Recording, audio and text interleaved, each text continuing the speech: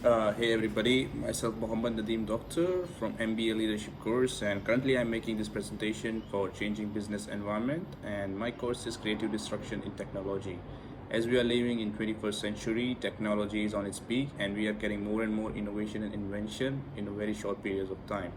So to understand what this is, we need to know what is creative destruction. Creative destruction is innovating something on a pre-existing technology. That means an old one is replacing a new one. But with the rise of new information and data technology, there is always some vices to it. Like currently the market is dominated by the Silicon Valley giants. That includes Facebook, Apple, Google, Microsoft, and Android. So these companies have currently monopoly over the whole market.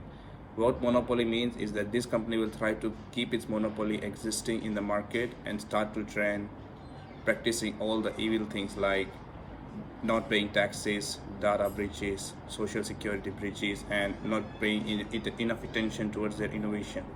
But right now, the Western counterparts like Alibaba, Baidu, and Tencent in China are growing.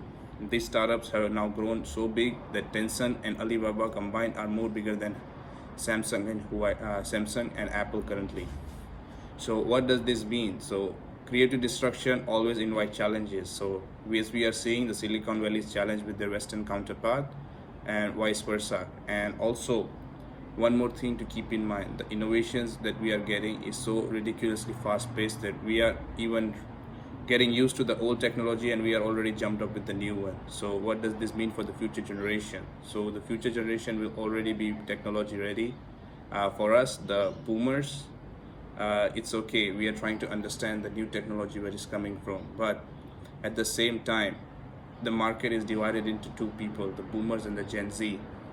The Gen Z are the fast paced, the young generation, which are like instantly attracted towards the new technology, and the main focus of the current companies and entrepreneurs are them. The boomers will be okay with the old one and the pre-existing technology.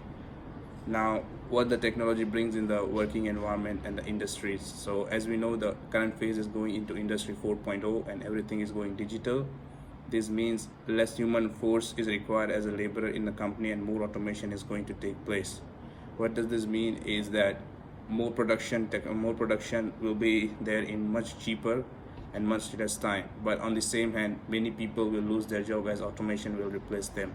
For example, robotics have completely done the automation in Japan and in Italy to manufacture their cars. So in regards to the automation, all the people who used to work has lost their jobs. So secondly, the 3D printing era has also come. So this is one of the part of innovation where currently we are at such a state that they are 3D printing parts for cars and buildings just to directly put them back like a puzzle pieces. So it's also one of the good things and a bad things.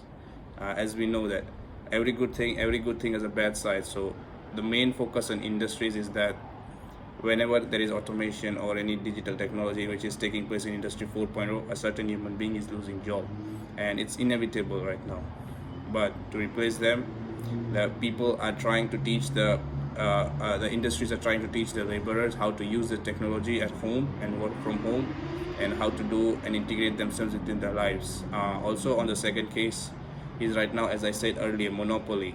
As market is dominated by predetermined tech giants, it is very difficult for startups to come up and establish themselves as a whole new company. But what the startups are doing now, they are collaborating with these tech giants and just manufacturing a certain part for it, and let the rest the tech giants should take. So this is a very good approach for the new startups to get used to the market and then separate from the collaboration and make themselves as an individual and independent identity. So creative destruction is very useful and it's an inevitable tool to progress in the future. We cannot deny that. But at the same hand, we need to be lookout and be careful about the vices and virtues about the creative destruction. I hope this presentation opened your mind, and thank you for it, and feel free to ask me any questions. Thank you.